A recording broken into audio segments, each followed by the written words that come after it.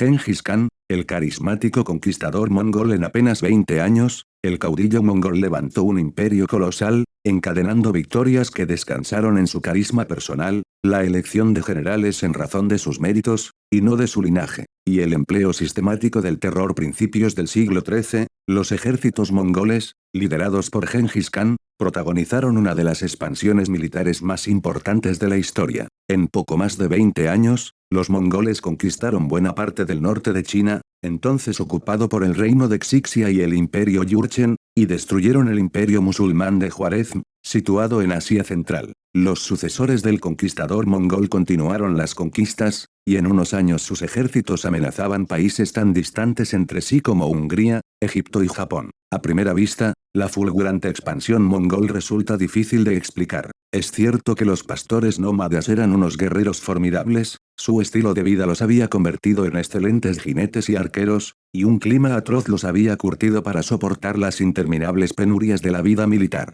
Pero ninguno de los pueblos nómadas que les habían precedido como conquistadores surgidos de las estepas había tenido un éxito remotamente parecido al suyo. Más aún, los ejércitos de Gengis Khan no disfrutaron de ninguna ventaja tecnológica sobre sus predecesores. De hecho, su arma principal, el potente arco compuesto, solo presentaba pequeñas diferencias con el usado por los escitas más de 2000 años antes. Por otra parte, la organización del ejército mongol, estructurado en unidades de 10, 100, 1000 y 10.000 hombres, tampoco era ninguna novedad y había sido empleada por muchos pueblos nómadas, desde que los Xiongnu, fundadores del primer imperio en Mongolia, la adoptaron por primera vez en el siglo III a.C. Un elemento determinante para entender este éxito es la figura del propio Gengis Khan. Fue uno de los mejores generales de su época y se le considera, merecidamente, como uno de los grandes generales de la historia. El carisma del líder. Las hazañas de Gengis son impresionantes y entre sus víctimas se cuentan dos de los estados más poderosos del momento, los imperios Jurchen y Juarezmio. Sus batallas campales se cuentan por victorias, contra el reino de Xixia en Keyimen,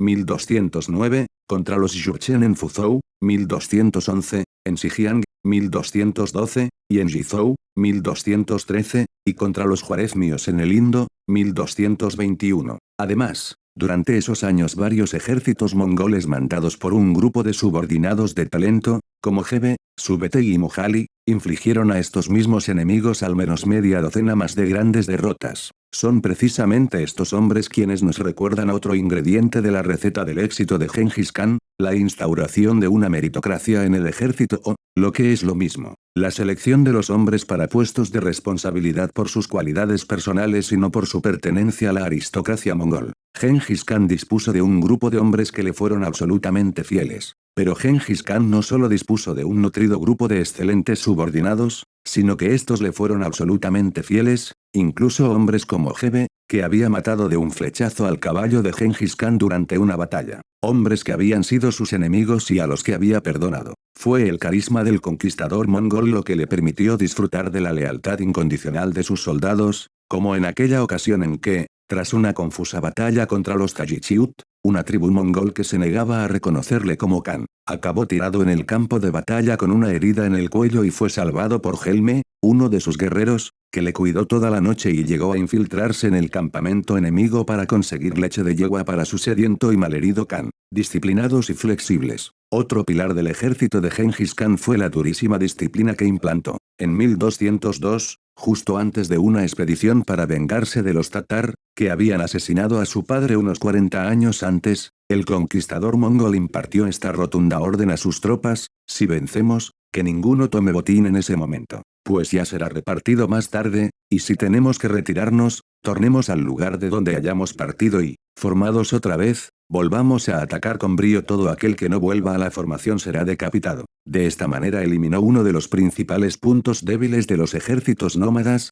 que muchas veces veían cómo, tras ganar una batalla, los guerreros victoriosos se detenían a saquear el campamento contrario, lo que permitía escapar a los enemigos. A menudo, los castigos por falta de disciplina eran colectivos. Según Juan de Plano Carpini, un monje franciscano que visitó el imperio mongol 18 años después de la muerte de Gengis Khan, si algún soldado de una unidad de 10 hombres, Arban, huía en plena batalla, era ejecutado con sus compañeros, y si era todo un Arban el que huía, entonces era ajusticiada la unidad de 100 soldados, Yagun, a la que pertenecía. Los mongoles también destacaron por su gran capacidad de adaptación, demostrando una magnífica predisposición para probar nuevas estrategias a la hora de hacer frente a situaciones desconocidas. Quizás el campo en donde más se notó esta actitud fue en el de la guerra de asedio, el gran talón de Aquiles de muchos de los ejércitos nómadas. Durante el primer asedio de una gran ciudad fortificada, Zongxing, la capital del reino de Xixia atacada en 1209, el ejército de Gengis Khan, sin máquinas de asedio ni conocimientos técnicos, intentó derruir las murallas de la ciudad desviando el curso de un río para que socavara los cimientos. Las lluvias provocaron el desbordamiento del río, que acabó inundando el campamento de los mongoles, pero la determinación que estos habían demostrado convenció al rey de Xixia para rendirse y entregar la capital. Los mongoles probaron nuevas estrategias para hacer frente a situaciones desconocidas. Con todo, fue en el norte de China, en su lucha contra los Jurchen, donde los mongoles se adaptaron a este tipo de guerra. Durante la primera campaña, en 1211, solo pudieron apoderarse de ciudades pequeñas o mal defendidas, principalmente a través de ataques por sorpresa. Pero en los años siguientes desarrollaron un potente tren de asedio por el sencillo sistema de reclutar a miles de desertores chinos, que aportaron los conocimientos e incluso las máquinas de asedio de las que los mongoles carecían. En este caso, la capacidad de adaptación se combinó con la meritocracia, que no solo se aplicaba a los mongoles, cualquiera podía servir en el ejército de Gengis Khan, desde un humilde pastor de la estepa con aptitudes para el mando hasta un desertor chino con conocimientos en la guerra de asedio. El terror como arma. El componente más polémico del estilo de guerra mongol fue el terror. En sus conquistas de estados sedentarios, Gengis Khan aplicó premeditadamente una política del miedo, difundido a través de la violencia. Pero esta práctica no era la acción descontrolada de unos bárbaros sedientos de sangre, sino un instrumento calculado para facilitar las conquistas. Cuanto más se resistía una zona, más cruel era la actuación de los mongoles. Y los aterrorizados supervivientes de las represalias a los que a menudo dejaban escapar los propios mongoles eran los involuntarios portadores del mensaje de que toda resistencia contra el invasor era inútil. El terror fue el componente más polémico del estilo de guerra mongol. Desde luego, los mongoles no fueron los primeros en pasar a cuchillo a todos los habitantes de una ciudad, ni serían los últimos, pero es probable que nadie lo hubiera hecho antes a semejante escala.